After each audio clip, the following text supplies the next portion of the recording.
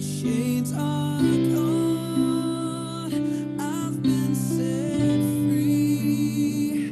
My God, my Savior has ransomed me. And like a flood, His mercy reigns. Unending love, amazing grace. Good evening, planet Earth, and welcome to the Good News program. My name is Bill Robinson, and I'm your host for this evening's program, and a very special guest, currently residing in Rockport, originally from St. Louis, Missouri, George, Lisa. George, thank you for stopping by. Thank you for having me, Bill. Oh, it's our pleasure. Listen, what we're going to do is take a few minutes here and explain to the people out in television land, we call this a testimony, and how that works and why we do it. It's really your story, but it's Jesus' testimony. And the scripture that we use is Revelations 19:10. It's the spirit of prophecy. So what it does, it reveals the very nature of God and how He does things. And there's 7.2 billion people on the planet, so and He does it differently every time. So it's really how it impacts people is unique. But it does create an expectation in people's hearts for God's ways to be manifested in their life. All right? So when you're telling your story, basically what the Lord is saying, hey, He wants to do this again. He wants to manifest the things that you've experienced in people's lives. So, and if you want to get technical, in Hebrew, means in testimony means do it again. So, and it has the creative power when it's released into the atmosphere. That's why we call it prophetic, to make a change, to declare what's being said in people's lives. And what they have, people they listen to this, and really, what you have to do is just take a step into it. Take a little risk and say, I don't understand all this. Well, I tell them, George, you know what? Most of us don't understand what's under the hood of a car. We turn the key on and we go. But if you say, you know what? I want a piece of the action. I want what this guy has experienced in my life. Now, he'll do it. That's not a big deal. So, as we invoke the risk and we step out in it and we embrace what you had to say and you ask the Lord to move in you, His life will happen. So, we're going to get started here. The good news is this, George. I always tell them, the good news is that Jesus loves you just the way you are. That's it, okay? And He's the God of the impossible. So when He hears your story, that's going to be backed up, because he takes things, changes them, rearranges them, because and He doesn't have a clock or calendar. There's nothing. So, I know you're probably 43 years old or something like that yet. All right. But there's no such thing. You're George right now. He's the same yesterday, today, and tomorrow. So, here we go, Georgie. You are St. Louis, Missouri. Yes. Correct? That's where I was born. Oldest of 10 children. You're going to be a good Catholic family. 10 kids? Tell us a little bit about growing up in that family. My parents, the older I get, Bill, the more I appreciate their extraordinary commitment to their family, their commitment to their faith, and their work ethic, and just how much they persisted through tough times. And they loved us, and we always knew we were loved. Okay, so they were really like the foundation of your faith in the Lord, right? They were both, in a different way, my spiritual rock to lean on, and yes, I was blessed to spend hundreds of Sunday masses and daily masses in our local St. Jerome's Catholic Church with my mom and dad, and as I think I told you, I made 10 very special retreats with my father, which we did on an annual basis. Right up until about a month before he died. Wow. Okay, so you were a product of parochial school? Yes, I was. Tell us about that. Big school, 50, 60 kids in a class. Yeah.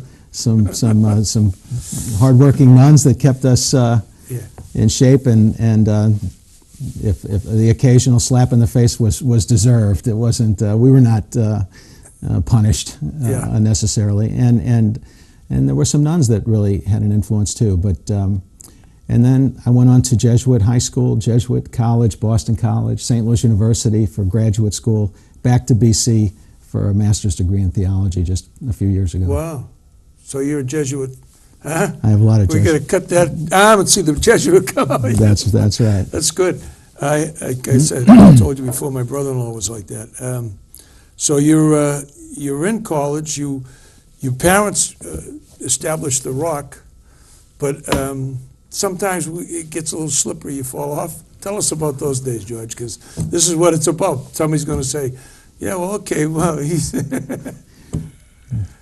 Yes. Well, the work ethic was also part of the Rock, and my mom. The story etched in my memory is her working for 75 cents an hour and giving her mom 50 cents to, pay for some food, and I knew I had to pay my way through high school and college, which I did. I was a very responsible, hardworking guy, but and I did well. But I found alcohol when I was about 15 years old, and it gave me a little reprieve, a big reprieve from all that hard work and responsibility, and I used it to excess for the next 20 years or so. Okay. So you are 43. Exactly. Right. Exactly.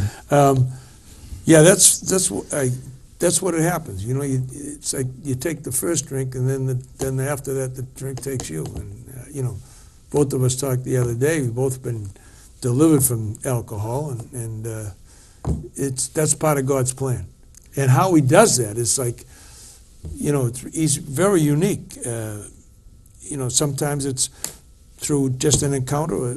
Like both of us, it's going through a program and getting involved with, we talked about AA and how significant that was in our life. That's a spiritual program. It says it in the big book.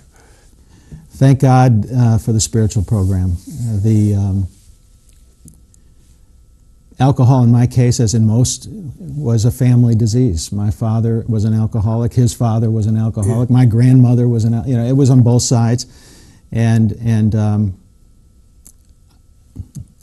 7 or 8. Well, I won't speak. There's plenty of my brothers and sisters that struggle with it. I have one other brother in recovery, and it would have been. A formula for despair, complete despair, without God's help. Yeah, and you said the depression goes along with it. My father struggled with manic depression. I always felt that I had that gene as well. Yeah. And depression brought me to my knees when I used alcohol. Mm-hmm. And thank God that in the life of recovery, I'm not saying I haven't experienced depression, mm-hmm. but it has not led to the despair and the crippling kind of anxiety that it did when I was drinking. Mm. Yeah, you said that you were involved in high school. You were involved in sports. You played football. And you captain of the wrestling team. Yeah, wrestling 165. You haven't changed a bit. That's the Irish, Judge. Come on. That's right. I appreciate that, Bill. But you were on your way to the state championship, and you started to my first loss, my first big loss. Yes, I had won the district and regional tournaments, and I was on my way to the state championship, which was my goal. I had actually abstained from alcohol for the whole wrestling season, and that night I decided to celebrate with my friends. Tied one on and suffered for the rest of the week. Wasn't myself in that state tournament. I still think I could have won it. Ended up with a 3rd place instead of a championship. Wow. That's what it does sometimes, huh? Yes. Yeah. Well, so as life moves on and you come out to Boston College and you took a year off, I guess, to go back and work and make enough money to pay for it. Yes, I did. Yeah. I was I was a hardworking boy with the best lawn business in my neighborhood through high school, and I was a teamster loading trucks all through college and graduate school. All right. Yes. And where did you meet your wife? Yeah, we met at a dance that was at my high school, and she actually turned me down that night. So I can't say we really met. She said no to the first dance, but a few months later, I convinced her to go out with me. George, as you're saying that, I went to parochial high school too. I can remember those dances, and I think it was the 9th grade or something. The nun would come by with a stick and tap you, leave room for the Holy Spirit. Remember those times? You do. Oh my God! And this is memory lane here.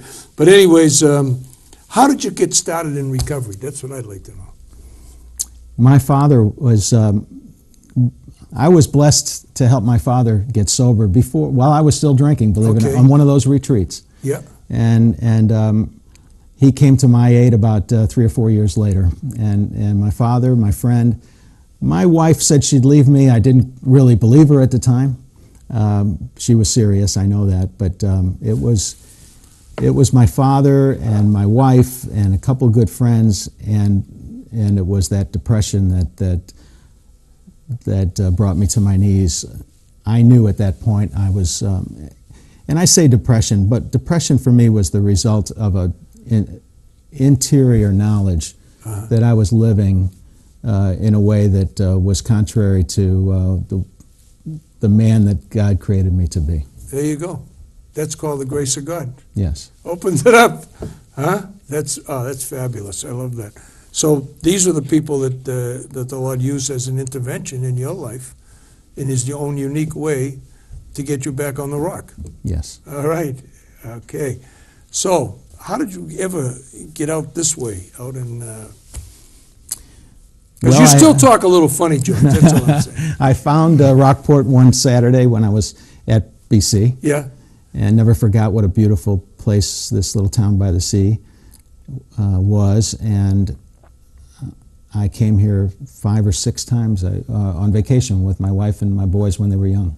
Oh. Yes. So you eventually did marry the girl that turned you down the first time. That's exactly right. And you persistent. And she enjoyed Rockport, and I proposed that we take a 2-year kind of sabbatical and live by the ocean here in New England.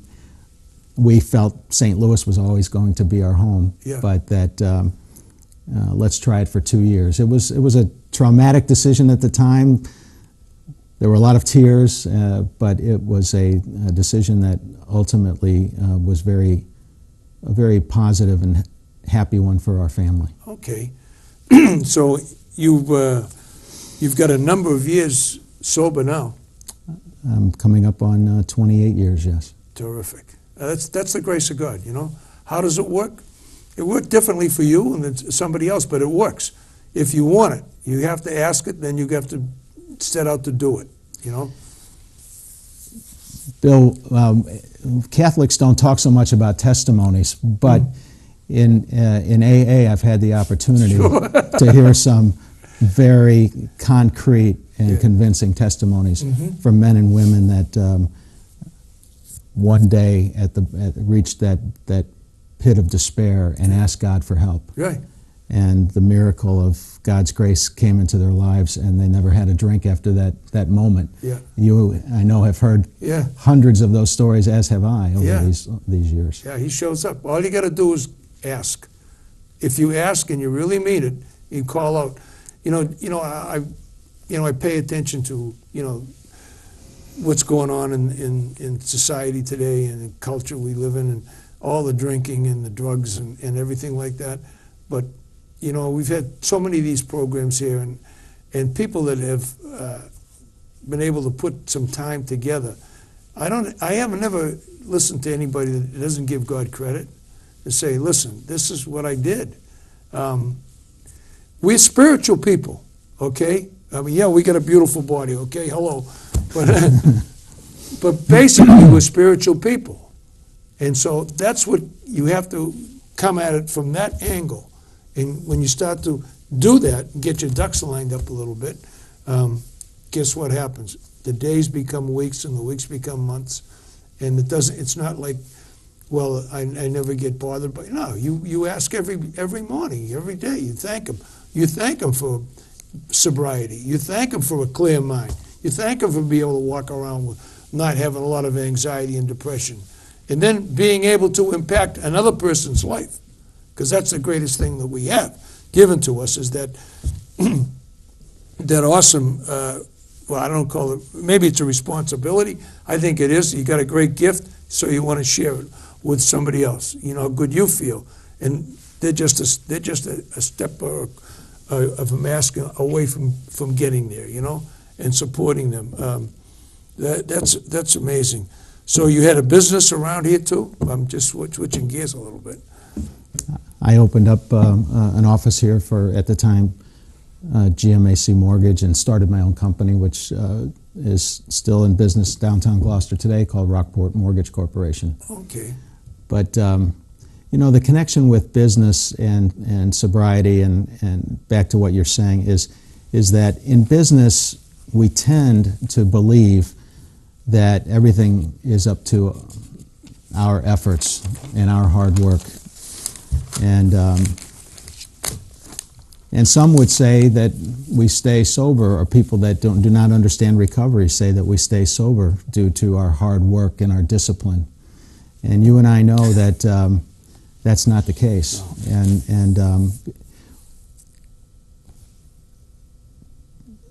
the experience of surrender that I had to go through with alcohol was really, that's where the grace that saved my childhood faith came in. Yeah. It wasn't just hearing those testimonies. Right. I had to be brought to my knees. I still have to suffer at times when I think that I'm in charge. Yeah. In the business world, yeah, or in the world of my family, or anything else. And the great lesson of recovery from any addiction is, hopefully, when you learn that it was only with God's help that you could stop drinking or whatever your problem was, that lesson will stay with you when it comes to facing other disappointments and struggles in life. You've surrendered. That's right. You're a child of the King. I need God's help more every day in more areas of my life. Right. So that, in other words, we're saying here that you're a son of the living God. That's what he says. That's who he says. Georgie, I had you picked out before time began. You were created. I used your mother and father to put you on planet Earth, but I had you picked out, you know, and you're his son. And then, like you said, when we surrender to that concept of who we are in him, then our identity says, wait a minute, I'm not a drunken bum. I'm not a sleaze artist. I'm a son of the living God. And I'm going to use the values that I learned in parochial school or in my church from my parents, and I'm going to apply them to my life. I knew when I was 5, 6 years old, and I was sitting in church and I went to Mass on a daily basis all through grade school and high school. I knew that God loved me. I experienced God's love. I knew my grandmothers loved me, and I knew that their faith was real, and my mom and dad's faith was real. All those things I felt and I believed. Somewhere along the way, there was doubt and discouragement, but today I know that He never left me. Oh no, He doesn't. We can walk away from Him, but He doesn't leave. He loves you too much, and He's just saying, "Come on, Georgie, let's go." And that's, you know, the principles are great that you learn, like you just said, surrender. But that includes everything in your life, whether it's relationship with your family, people you have interactions with. I was telling Shep the other day, this guy that I know, and he gets wound up about somebody in the neighborhood making noise and stuff. I mean, he would get wound up about if there was a mosquito. But anyways, I said to myself, that's like having a cup of poison, and I'm going to drink it, and that person's going to get something. You know, that's nuts. You know, it's a lot of this stuff is like decon rat food. 98% is whole wheat, but there's 2% poison in some of this stuff that if you eat it, you're going to get sick. So, yeah, the principles and the way of life that we discover being sober is second to none. So I have to say this. When I was 6, 7, 8 years old, I saw the anxiety and financial stress that my father was under. Mm-hmm. I have a vivid memory that I saw hundreds of times of my father coming home, probably already with a few too many beers or drinks, and my mom letting him know that, and not always in the kindest way, that there was not enough money to pay the bills. Mm-hmm. And as a young boy, I developed a healthy, but maybe to a certain extent, fear of economic insecurity. Mm-hmm. And I worked hard, as I mentioned, from that point on to make sure that I didn't find myself in that dilemma that I saw my dad in. Mm-hmm. That had its positive consequences, but it also taught me to live by an erroneous supposition that I was in charge. Mm-hmm. And to this day, God is teaching me Right. that I'm not, Okay. and that it's time to let go and trust, And trust Him. Let go and let God, huh? as my dad did with Yeah. Wow. with the very limited resources. This is, we're talking about restoration. We're talking about transformation here in people's lives. So you're sober, you have your business, you're walking with the Lord, you understand that He loves you, and all of a sudden you get involved in this mission in Dominican Republic. We're going to cover that in the next program because we're doing 2 programs here. This is part 1, so the next one would probably be part 2, George. Okay. Oh, there you go. That sounds good. But I was just really so impressed by what I've heard about it, and our friend Shep went on the trip with you guys. That you've been doing this for what, 14 or 15 years? That's correct. Yes. And you taught yourself Spanish. I did. I'm still Wow. teaching, but I translate for our doctors and communicate with the people that I need to communicate with. So the people that go basically are from Cape Ann? You're not sure? Yeah. 2/3, 75%, but we welcome doctors and nurses and other volunteers from outside Cape Ann as well. Wow. And now you're the contact guy here? You're the I'm go-to one of them. guy? We have a team of servant leaders. There's I love it, 6 yeah. of us, Yeah. and it's not the kind of work that you want a board of directors or an executive committee. I mean, we are all servants. Yeah. But we lead because there are things that have to be done to organize fundraising, recruiting doctors, nurses, volunteers, and we have grown to have 5 or 6 really important programs down there. Besides our medical trips, we have scholarships for young people and home improvements, basic. I mean, bringing the bathroom inside and bringing putting a roof on the house that's leaking so that at least the clothes and the bedding is not damp all the time. So you go there 2-3 times a year? We have 3 medical trips a year. I go twice, and yes, the recovery in AA, the serving the poor and the mission have given me an opportunity to live my faith on a daily basis. God's good. Yes. And He's got a plan. He's got a destiny. And fortunately, I don't think it's a AAA roadmap. You just get one stop at a time. That's right. And then it increases your faith in what you're doing. So the next program we're going to talk about going to Dominican Republic, DR and PR, I get them mixed up, and the nuns that you work with down there are Dominican sisters from Puerto Rico. That's correct. So it's easy to And we got one coming, you promised. Yes, for we the do. program, you Yes. said she's dynamite. She is. Sor Mariana will be here with one of our special cases visiting Shriners Hospital for further treatment this spring. Wow. I remember you telling me a story that one of the doctors doesn't really wake up to reality till about 11 o'clock in the morning, and she's humming at 6. And he says to her, George, he said, you told me, how come you're so happy? She said, hey, dude, I got Jesus. That's a rhetorical question. I'm in love with Jesus, you say. You know, that sets an effect. It doesn't answer his question, but it sets an effect. Exactly. I love that. You know, that's good. What I do now, George, is I'm going to take a couple of minutes and invite the people out there in television land to do what we did. You know, one way or another, we did it. We asked Jesus to become the Lord of our lives, you know, not just a part-time basis where we can check in and check out. We actually asked him. Well, how do you do that? You ask him. That's all.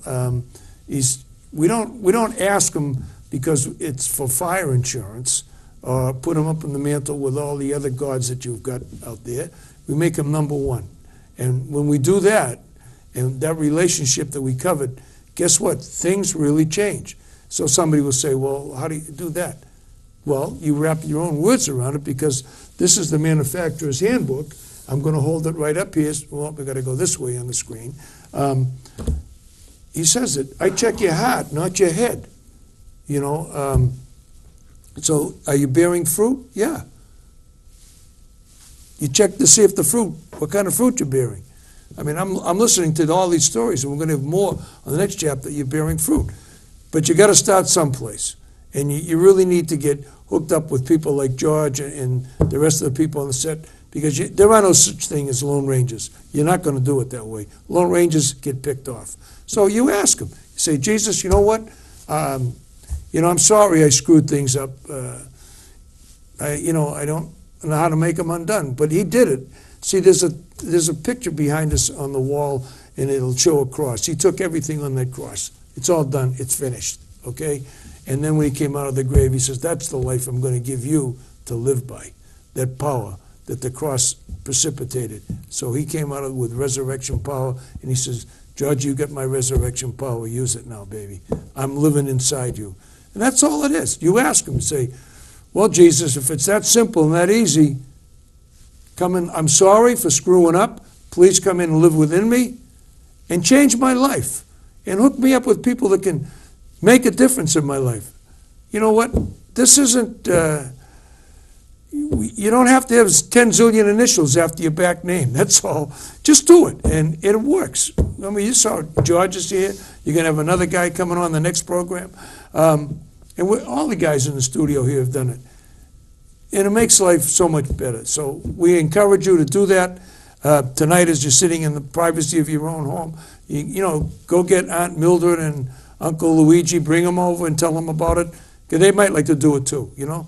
So, George, we come to that time in the program where we say to everybody out there in television land, have a great week. God loves you. Don't forget, that's the good news, just the way you are. And, Georgie, thanks for coming over, and we're going to see you in a few minutes on the other program. All right. God bless you out there in television land. My chains are